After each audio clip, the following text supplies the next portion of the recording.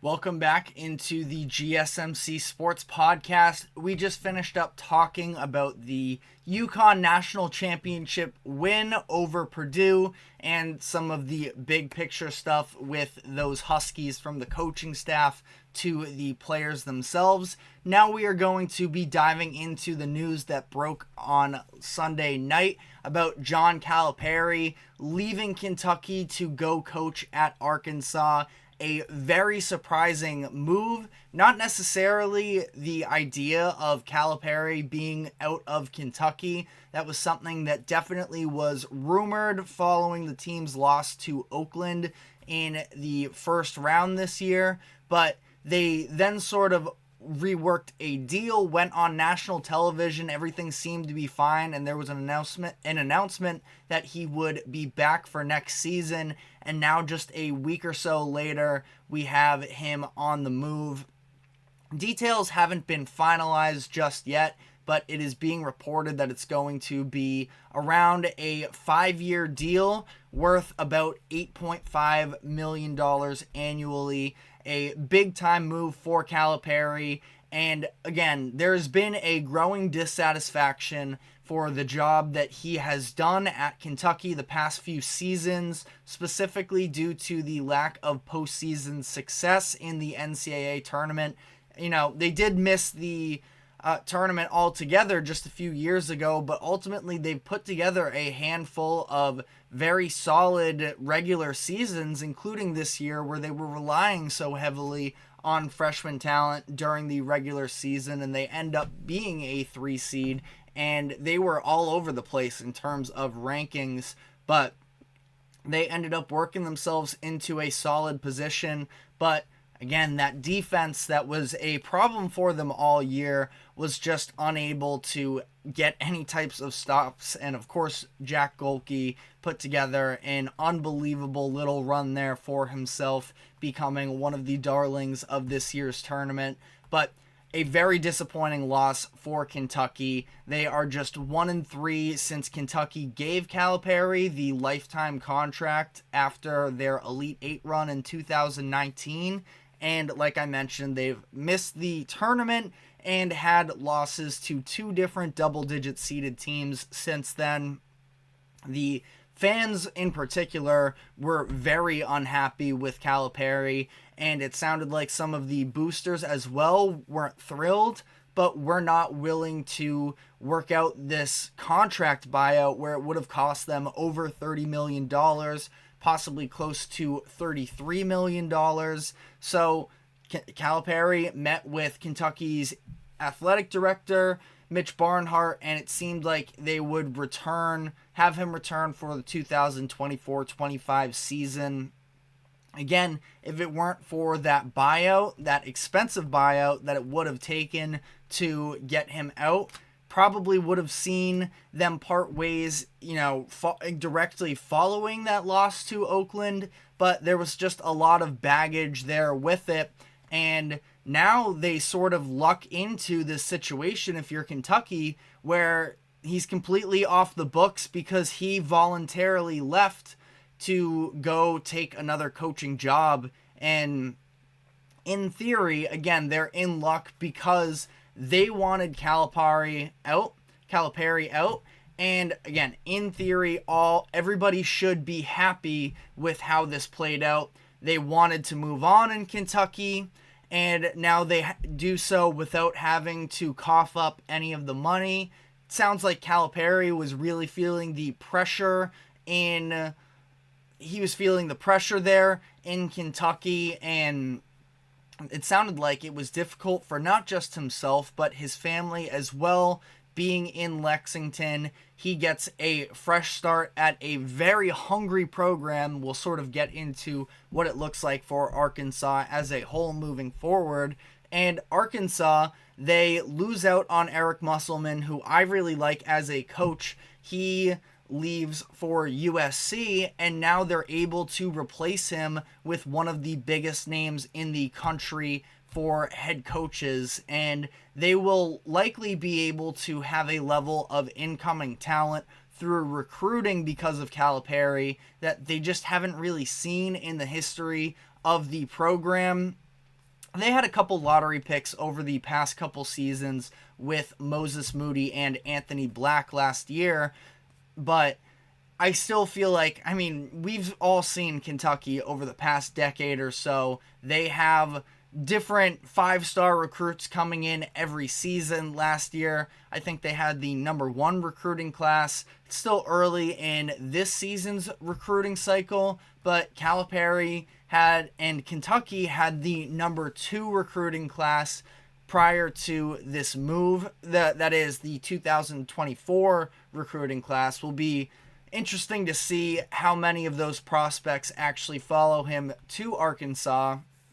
We did just see Aaron Bradshaw, the center for Kentucky last season, enter the transfer portal. Bradshaw was the number 4 overall prospect in 2023. He had a fine freshman season, but not quite NBA ready yet. So it seems like he's going to be back for another year, but not at Kentucky. Is he going to follow Calipari to Arkansas? I actually do sort of like Bradshaw with the ability to be a stretch big with solid defense as well. Just something I thought I would throw out there as well. Kentucky's definitely going to be headed into a little bit.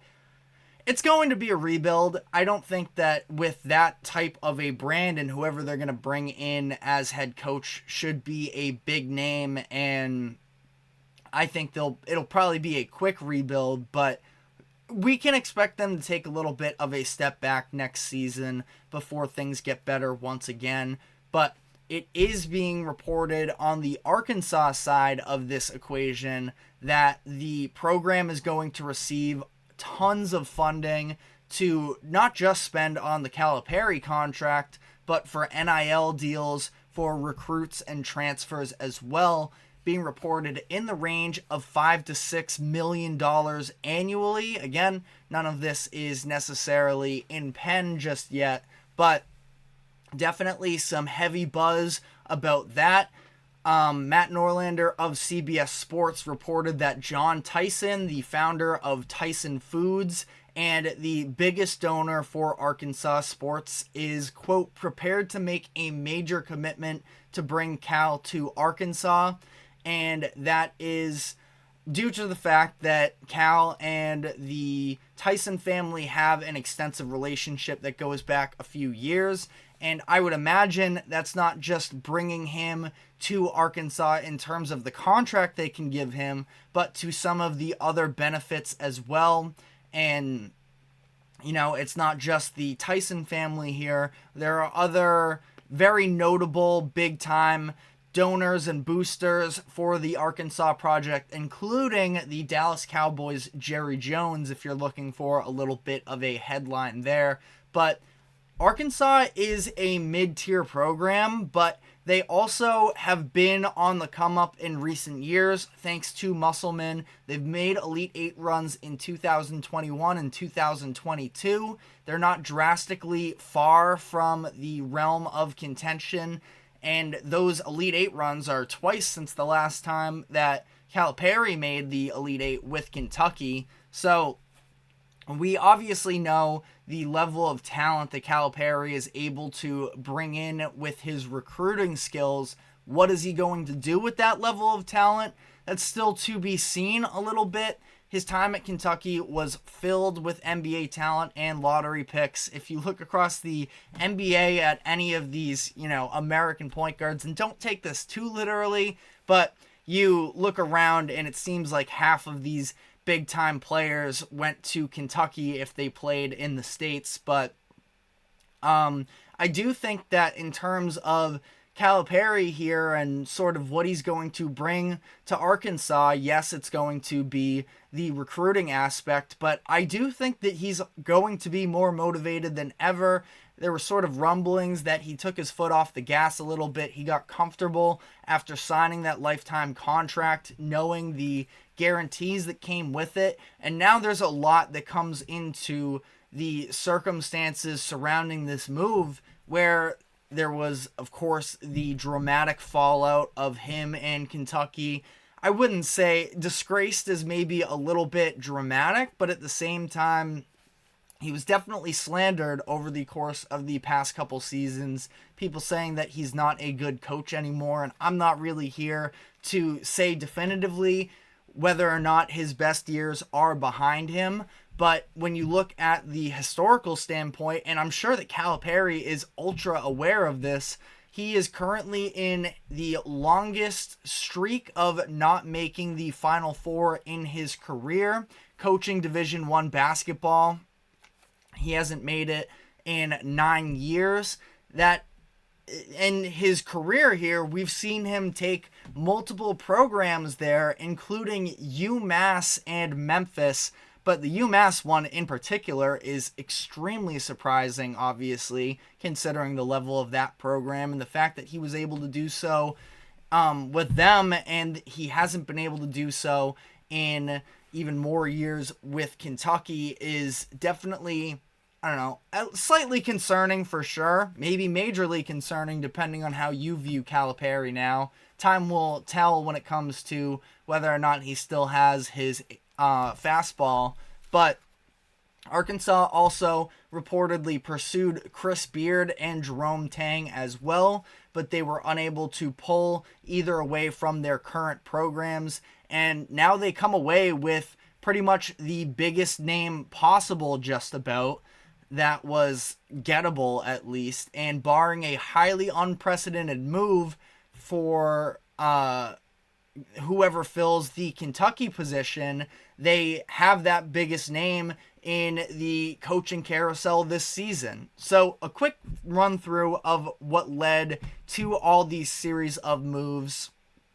SMU fired their head coach Rob Lanier earlier this season after failing to make the NCAA tournament.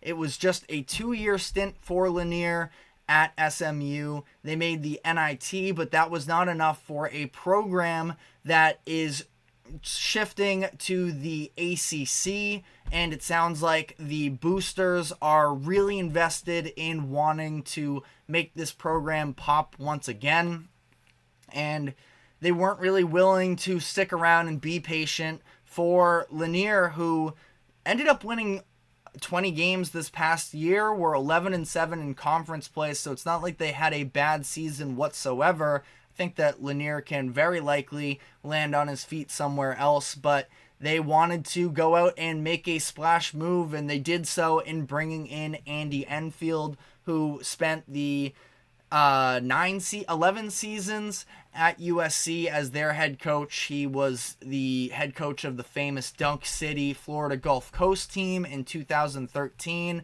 That was the first 15 seed to ever reach the Sweet 16, and Enfield took the Trojans to the Elite Eight in 2021. So he ended up leaving there and going to SMU, which opens up that USC job, and Eric Musselman of Arkansas went to go take that. So now, of course, here we are. Calipari is headed to Arkansas, leaving Kentucky as the last remaining big job, and one of the biggest jobs in the country as a whole and in the sport. So a lot of unknowns here for what is next with Kentucky. There's been a handful of different names.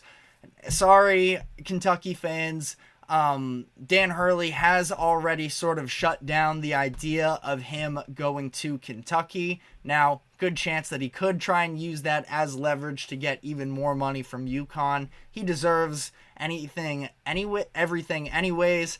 Curious whether or not we see another one of those lifetime contracts that really aren't a great deal. We just saw that with Calipari. Curious to see how UConn goes from here. But some other names that have been thrown out there are Scott Drew of Baylor, won the national championship a couple years ago. Billy Donovan has been, tossed out there as well. Donovan is currently the head coach of the Chicago Bulls that are in contention. They're going to be in the play-in tournament this coming postseason, and we'll see whether or not they can actually make the playoffs, but has been a little bit of a stuck in the mud mediocrity Bulls team. He was, of course, the head coach of that repeat Florida team that 17 or so years ago. So potentially interesting there. People have talked about Wright potentially coming out of retirement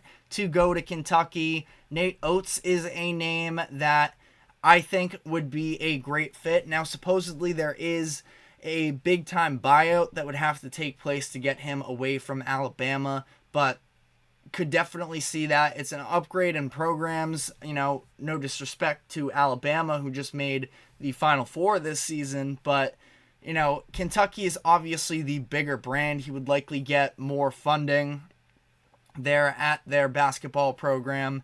And they play a very similar offense-heavy style of basketball. Alabama did last year that was similar to the Kentucky options this past year. And then the last name I'm sort of going to leave out here for now is the idea of Rick Pitino, where I think it's very unlikely that this actually comes into play, but there is a real possibility that Pitino, I believe it was earlier this week, was quoted as saying that leaving Kentucky was the biggest mistake of his career. He is at St. John's. How committed to St. John's is he going to be? It's been an up and down start to him there. I guess, time will only tell with this as well. But let me know who you think that Kentucky should pursue as their next head coach. But we're going to be taking our second break, and when we come back, we're going to be moving on to the NBA, talking about the Western Conference playoff race. So stick with us, and we will be right back.